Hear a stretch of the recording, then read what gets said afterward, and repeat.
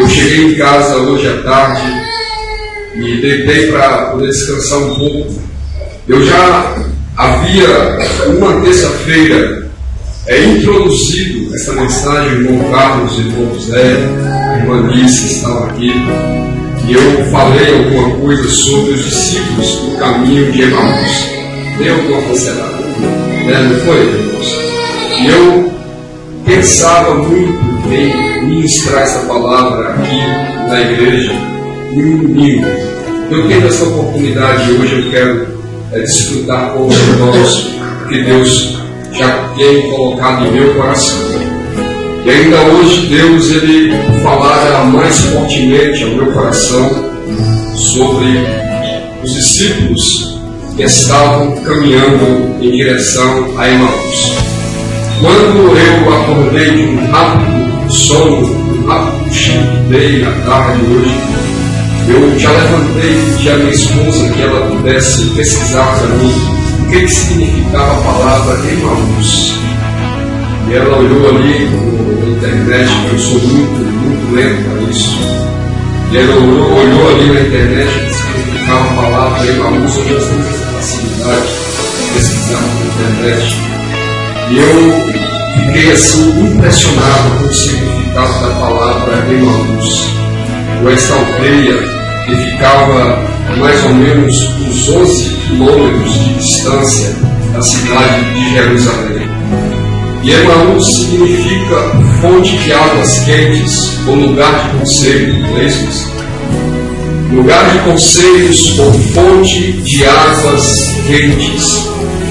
E eu, debaixo desse entendimento sobre a cidade de Emaús, Deus ele colocar em meu coração que os discípulos aqui que estavam caminhando para a cidade de Emaús, eles andaram com Cristo por 3 anos e 6 meses aproximadamente. Estavam lado a lado com o Mestre, vivendo com o Mestre, comendo com o Mestre, participando das reuniões do Mestre, participando dos cultos com Jesus. E logo depois, se os irmãos forem ver aqui no próprio capítulo 24, ele está falando, Lucas está narrando a crucificação de Jesus. E logo depois que os políticos da época, os religiosos da época, pegam Jesus e crucificam, o matam, e eles veem Jesus sepultado, e os discípulos agora começam a se espalhar. E esses 2 discípulos, eles caminham agora, saem de Jerusalém, com medo, assustado, porque o líder deles, o homem que veio para dar salvação, veio para trazer salvação, o líder que tinha a palavra de liderança agora está morto. Os discípulos agora assustados, os discípulos agora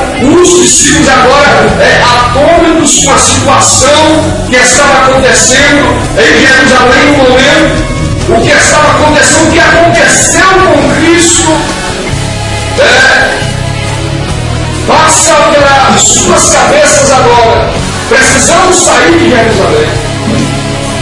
A palavra Jerusalém no original quer dizer cidade de paz, lugar onde habita paz, onde tem a paz, onde está o lugar onde nós podemos adorar, onde os judeus constituem como o centro religioso da época.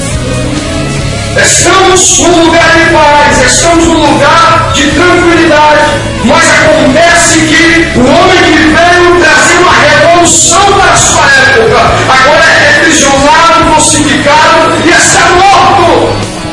E os seus seguidores agora se encontram sem sentido, sem importância de estar em Jerusalém. E os discípulos agora, cada um vai para a sua direção. E esses 2 aqui me chamam a atenção. Nem a história, nem a Bíblia Sagrada nos traz o nome desses 2 discípulos, a não ser um deles, chamado Cleópatas, que está aqui no versículo 18. E a discípulo que estava no caminho com Cleópatra poderia ser sugerem que seja a sua esposa ou algum outro qualquer discípulo que caminhava com Jesus. E agora esses dois discípulos se reúnem entre eles e falam: olha, Jerusalém não está seguro. Se fizeram com Jesus o que fizeram, imagina com nós que estamos seguindo a Ele. Imagina com eu e você que não temos o mesmo poder que Jesus tinha. Não tem a mesma revelação que Jesus tinha. Não tem o mesmo Espírito que Jesus tinha. Só estávamos seguindo Ele de longe. Imagina com nós o que vai acontecer. E de repente, eles decidem ir para um lugar de conselho.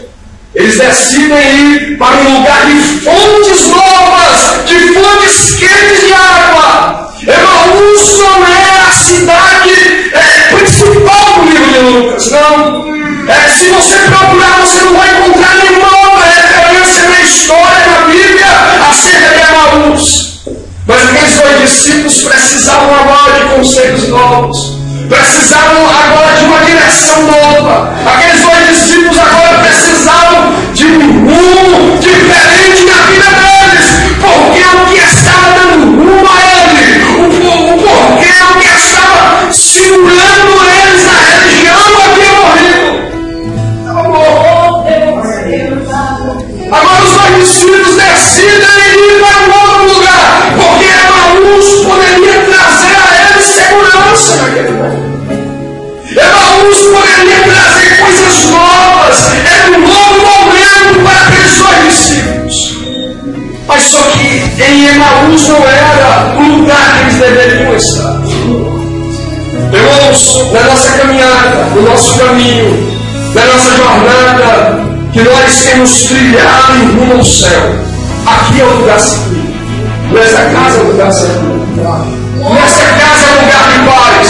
Nessa casa é um lugar de restauração de famílias. Nessa casa é um lugar onde você recebe a presença de Deus. Nessa casa é um lugar onde você tem a oportunidade, como nós tivemos agora, de enxergar o sobrenatural do Senhor.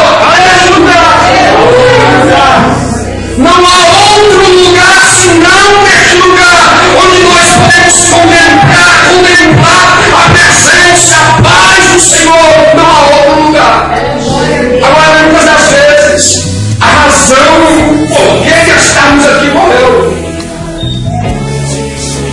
A essência, irmãos, de estarmos nessa casa morreu, foi crucificado, acabou. Agora nós precisamos levantar acampamento e procurar essa essência em outro lugar. Precisamos procurar uma outra palavra, um outro conselho em um outro lugar. E nós saímos daqui, caminhamos em direção a Emaús, como os dois discípulos. Não havia, irmão, motivo de pânico. Jesus tinha prometido que ia ressuscitar. Não havia motivo de desespero, não havia desespero. Não havia necessidade de tanto alarme, mas os seus discípulos se desesperaram e falaram: vamos embora, precisamos de palavra nova, precisamos de conselhos novos, precisamos de um lugar onde chore água nova. E ninguém quer aleluia, meu Deus. E o caminho de Emaús também não foi o contrário. Era só o significado do nome, irmãos. Lá não havia nada para aqueles dois discípulos. E eles se desesperam, se desequilibram e vão para Emaús. E o mais terrível é que Jesus aparece para eles no caminho. Jesus começa a caminhar com eles. O que mais me chama a atenção é que no caminho, irmãos, eles viveram com Jesus. Estavam com Jesus 3 anos, isso aí. Será que em 3 anos, Valdemir, eu não consigo te conhecer, meu? Será que vivendo há 14 anos com a Lucinéia, eu não consigo conhecer ela ainda, mas 3 anos, será que eu não conseguia conhecer os ensinamentos de Jesus? Durante 3 anos. O jeito de falar, o jeito de agir, o jeito de pegar na mão, irmãos, o jeito de caminhar, não mudou nada. E eles estão caminhando no caminho junto com Jesus e não reconhecem. Quantas vezes você está no caminho e Jesus está do seu lado? Não precisa levantar daqui acampamento, não precisa sair daqui para outro lugar. Aqui Jesus está com você, do seu lado, falando com você, te revelando, te trazendo salvação. Você precisa se desesperar, porque se aqui é um lugar de paz, se aqui é um lugar que Jesus está habitando. Eu não consigo entender isso aí no caminho, irmãos. Eles começam a caminhar por Jesus e eles não reconheceram Jesus. Se eu fosse colocar um tempo para essa mensagem de hoje, eu podia dizer, voltando a reconhecer Jesus. Voltando a reconhecer Jesus. Glória a Deus. Sabe por que nós nos desesperamos no caminho? Porque nós perdemos o conhecimento de Jesus.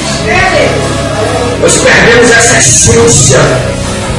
Nós perdemos o conhecimento, a intimidade com Ele. Irmãos, nós perdemos o que a Bíblia diz que Ele não nos trata mais como servo, porque o servo não sabe que Pai é o seu Senhor, mas Ele nos chama de amigos, amigos íntimos dEle. Aí você quer levantar novamente, sabe por quê? Porque você perdeu essa essência, porque você perdeu no caminho desse conhecimento. Mas hoje, em nome de Jesus, você vai voltar a ter essa essência, a ter essa intimidade com esse. Quem quer voltar, levante a mão assim.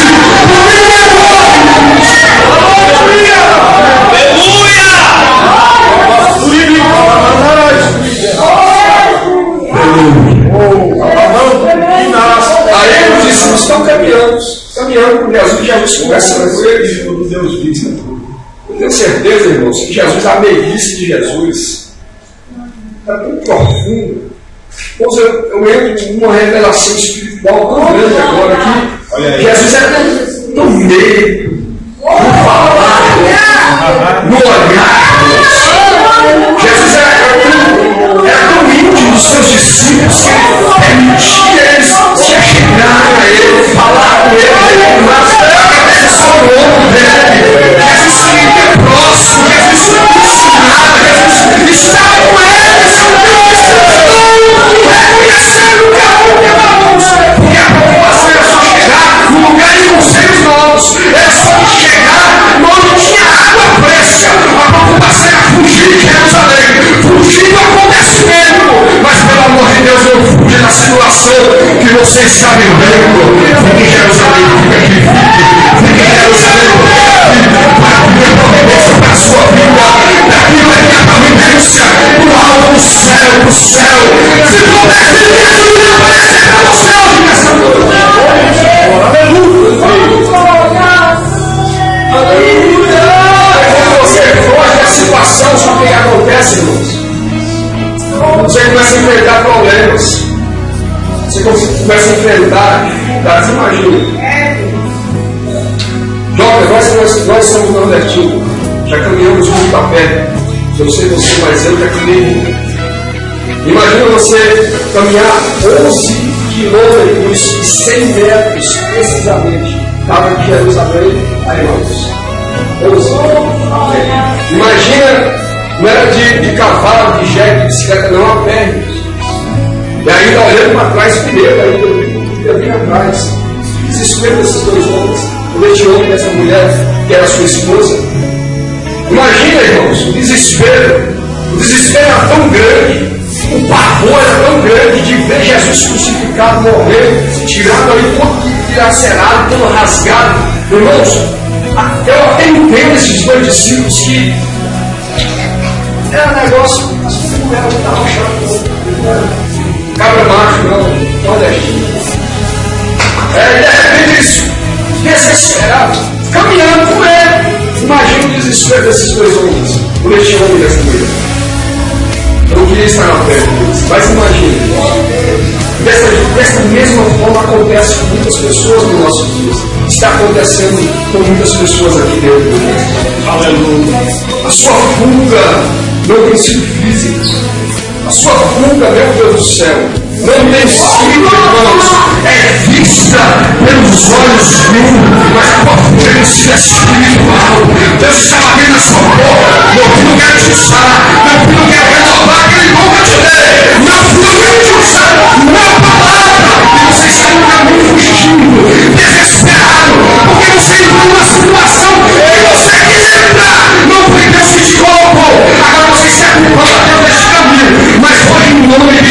Jesus. Você vai levantar a cabeça, vai parar de olhar para trás e vai falar: Jesus, se o Senhor está comigo, eu vou voltar para Jerusalém, eu vou voltar a adorar.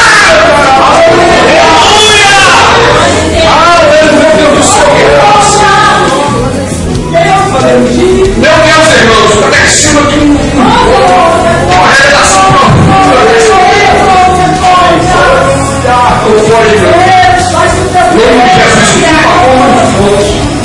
vai me fugir. Emaús não há palavras boas. Emaús não há abandono para você. Oh, meu Senhor. Jerusalém sim, há boas palavras. Em Jerusalém sim, há paz. Quando nós estamos fugindo do caminho chamado de Deus, eu tenho aqui uma história fantástica. Eu queria compartilhar com vocês. Permita-me pregar hoje, mas vou voltar a pregar. Livro de Jeremias, capítulo 38. Quando nós nos deparamos aqui com o homem que não fugiu, que não estava no caminho, estava fazendo a vontade de Deus. Mas, porém, Jeremias não entendia muito o mistério, porque a palavra do tempo estava para precisar fazer bagunça. E os homens da época pegaram Jeremias jogado no poço. Só tinha lama lá, só tinha água. Deixaram Jeremias com fogo, sem se alimentar, porque Jeremias desconhece agora a vontade de Deus. E quando nós desconhecemos Jesus, irmãos, acontece isso. Estamos dentro dos calabouços da vida. Dentro dos calabouços da vida, irmãos, só há lama, só há sujeira, só há pecado. Dentro dos calabouços da vida, irmãos, só há escuridão, só há frieza espiritual. Jeremias está dentro do calabouço agora.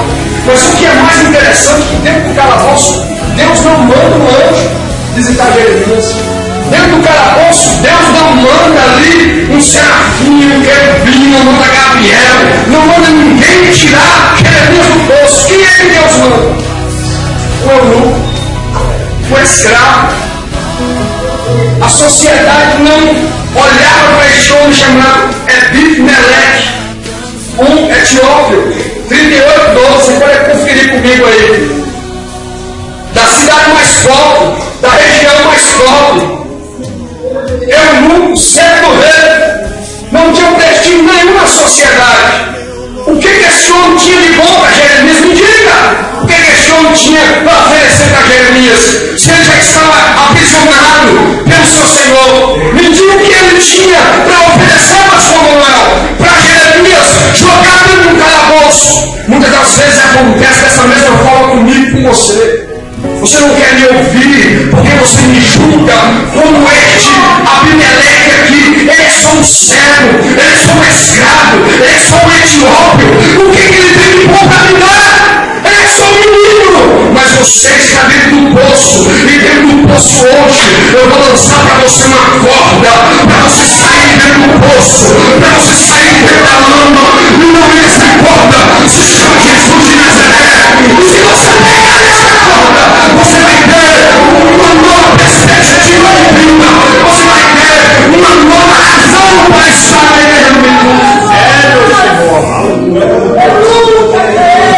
ele estava lá jogado. Aí Abimeleque vai lá diante do rei e fala: rei, ó, fizeram mal, Jeremias, jogar ele no poço. Eu sei, rei, o senhor não pode mudar a sua trajetória, a sua palavra, mas eu sou um escravo. Meu Deus do céu. Se eu sou seu servo, eu não tenho prestígio nenhum diante da sociedade. Então não vai ter nenhuma importância se eu for lá tirar Jeremias, irmão. Deus faz assim. Quando Deus quer, Deus usa menino. Quando Deus quer, Deus usa mendigo. Quando Deus quer, Deus usa escravo. Mas quando Ele quer, Ele tira você do poço. Aí Abimeleque vai lá, pega as roupas velhas, rasga as roupas velhas, faz uma acolchoada e chega na beira do poço. Jeremias! Jeremias lá embaixo. Jeremias lá no chão. Jeremias lá na lama. Sabe por quê? Porque no caminho ele desconheceu. Ele desconheceu o chamado. a essência do negócio. Jeremias está dentro do poço 3, 4 dias já, sem comer. O raio, o sol entra dentro do poço. Jeremias vai lá para cima e fala: é você, anjo, que vem me salvar. É você, Miguel, que vem me tirar da lama. É você, Divino Espírito Santo. É você, pregadorzão da época, que vem me tirar de dentro da lama. Meu Deus. Aí lá no poço se ouve uma voz tímida, fraca. Aleluia. Não, Jeremias, sou eu, o céu do rei, Abimeleque, o homem sem prestígio, nem a sociedade, vai me tirar você do poço. Aleluia. Aleluia, aleluia, aleluia. Talvez você não entendeu ainda. Aí a Abimeleque pega a corda. Meu senhor Jeremias, meu profeta, vai lá, a corda, jogou a corda, e a corda toda cheia de farrapos de roupa. E Jeremias fala: mas Abimeleque vai me tirar aqui com esses farrapos. Não, Jeremias, esses farrapos são para você colocar debaixo do seu braço, porque eu não quero te machucar. Você é um servo do Senhor. Eu não quero causar nenhum dano com você. Jeremias, porque eu quero te arrastar dentro do poço com cuidado. Deus faz assim, irmãos. Deus faz desse jeito. Quando Deus te tira do poço, Deus tira com cuidado, Deus tira com carinho, Deus tira com jeito. Aleluia. Quando Deus quer tirar da lama, Deus tira com a palavra mais meiga. Não precisa você ir para a luz.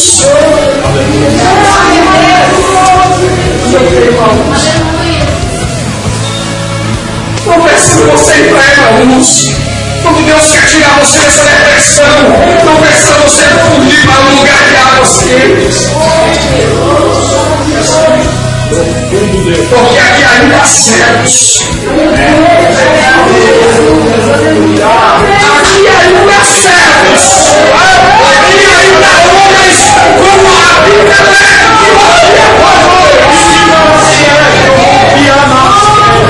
Aqui ainda há. Irmãos, e ainda para completar, o rei mandou 30 homens. Você é Abimeleque, você não vai só não, meu filho. Você vai com mais 30. Você vai com mais 30, irmãos, hoje eu vou assar. Você vai com mais 30. Irmãos, quando Jesus resolver tirar você da lama, ele não vai mandar só um cego, não. Você vai perceber, ele vai uma legião de anjos. Ele vai dessa lama, porque a ele é o pó, ele tira o necessitado do meio do mundo. Vamos acreditar nessa palavra. Não posso ver, vamos acreditar nessa palavra. Entendeu, Senhor?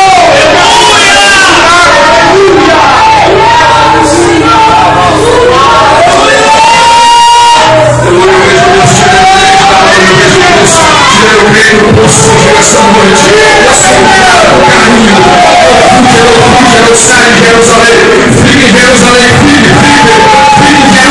fique em Jerusalém, quem quer ficar em Jerusalém comigo, quem quer, deixa eu vou deixar você embora.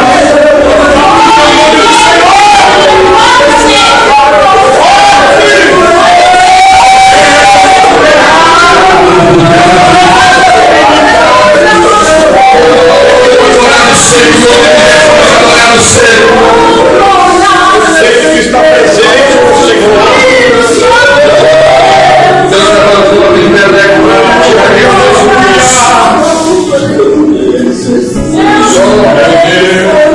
no poço.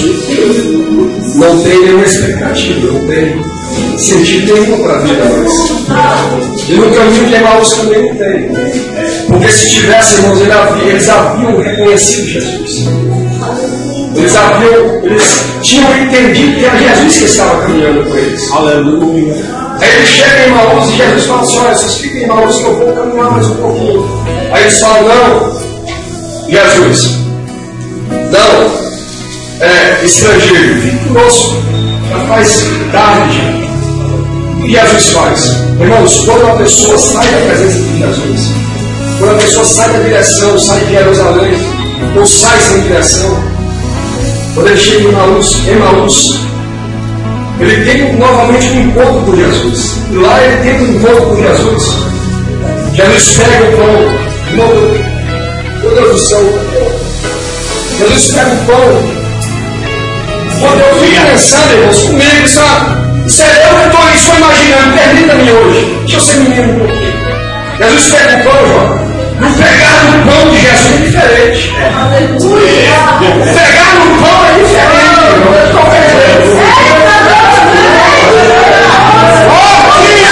O pão, irmãos, não é de qualquer jeito. Jesus não faz o pão de qualquer jeito. Jesus, irmãos, ele não levanta o pão de qualquer jeito. Cada graça para entregar. Não, irmãos. Jesus não faz de qualquer jeito. Quando Jesus pega o pão, um olha para o outro, para se pegar no pão diferente.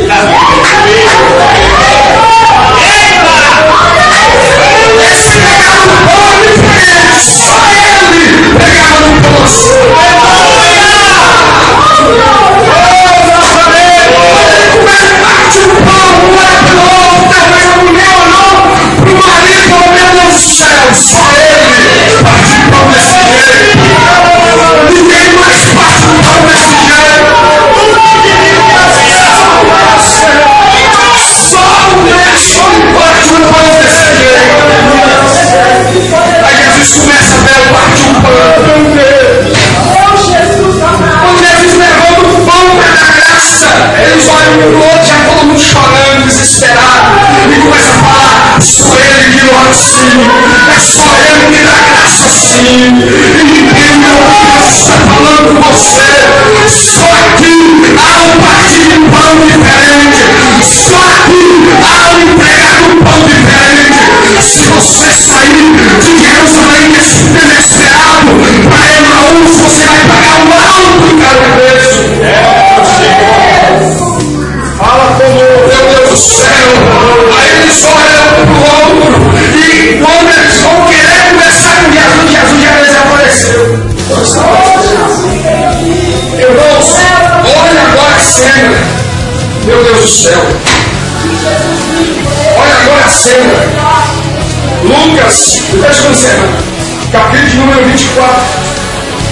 E versículo número 33. E na mesma hora, irmãos, não foi depois. Será que é só eu que estou vendo isso aqui? Na mesma hora. O que eles fizeram? Levantaram e voltaram para onde? Voltaram para onde?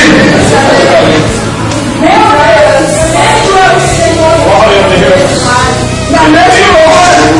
Irmãos, eles não deram nem um cochilinho. Eles nem limparam com ele no pé. Só sacudiram Cláudio.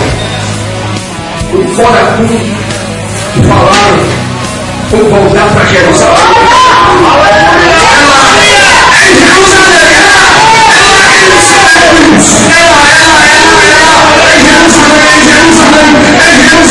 Que nós deveríamos ficar 11 quilômetros e 100 metros. Voltar correndo agora. Não foi mais caminhando pelo correndo. Quem quer correr? Por favor, quem quer correr? De volta para Jerusalém. De volta para Jerusalém.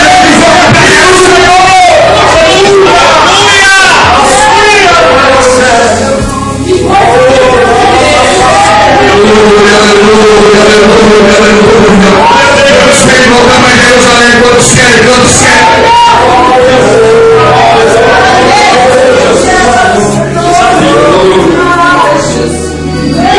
Eu vou estar correndo hoje. Correndo. Eu falei que aqui ainda há servos, que ainda há homens e mulheres de Deus. Mas embaixo da direção. Não vide, irmãos. Não julgue o servo. Em nome de Jesus, não julgue. Não julgue, por mais que o homem seja o mais inútil. Glória a Deus, é verdade. Dentro dessa casa. Mas não julgue. Em nome de Jesus, não julgue. Hoje, como eu falei para vocês, há uma corda aqui chamada Jesus. Glória a Deus. Ele quer muito estender as mãos para você. Neste caminho.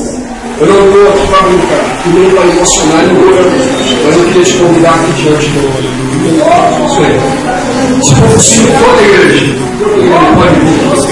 Vamos encerrar. Que você venha aqui diante. O sol se gloria, noite chegar, tu és quem me guia. Se a tempestade me alcançar, tu és meu abrigo.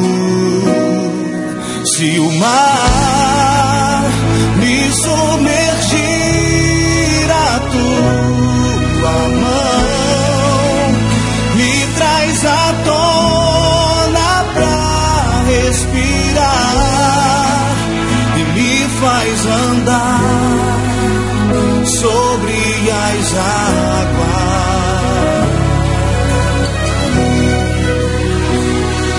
Tu és o Deus da minha salvação, és o meu dono, minha paixão, minha canção e o meu louvor. Oh, declare a Ele. Se o sol se pôr e a noite chegar, tu és quem me guia. Se a tempestade me alcançar, tu és meu abrigo. Oh, se o mar me submergir, a tua mão me traz à tona pra respirar e me faz andar sobre as águas. Tu és pra mim, oh, tu és o Deus da minha salvação, és o meu dono, minha paixão, minha canção e o meu louvor. É por isso que eu ergo as minhas mãos a Ti, Senhor, e Te adoro, Deus.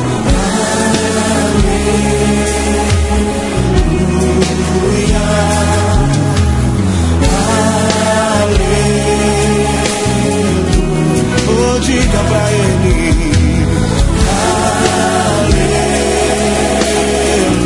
Aleluia. Adora o Senhor, erga a tua voz. Oh, adora Ele. Aleluia.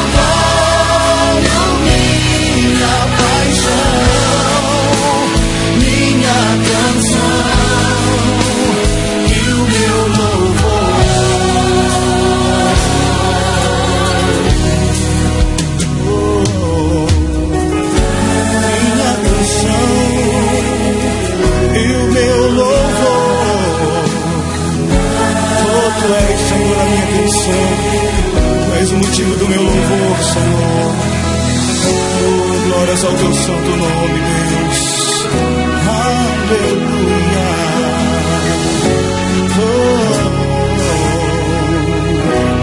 Oh, glórias ao teu nome. Aplauda o nome do Senhor, aplauda o nome do Senhor.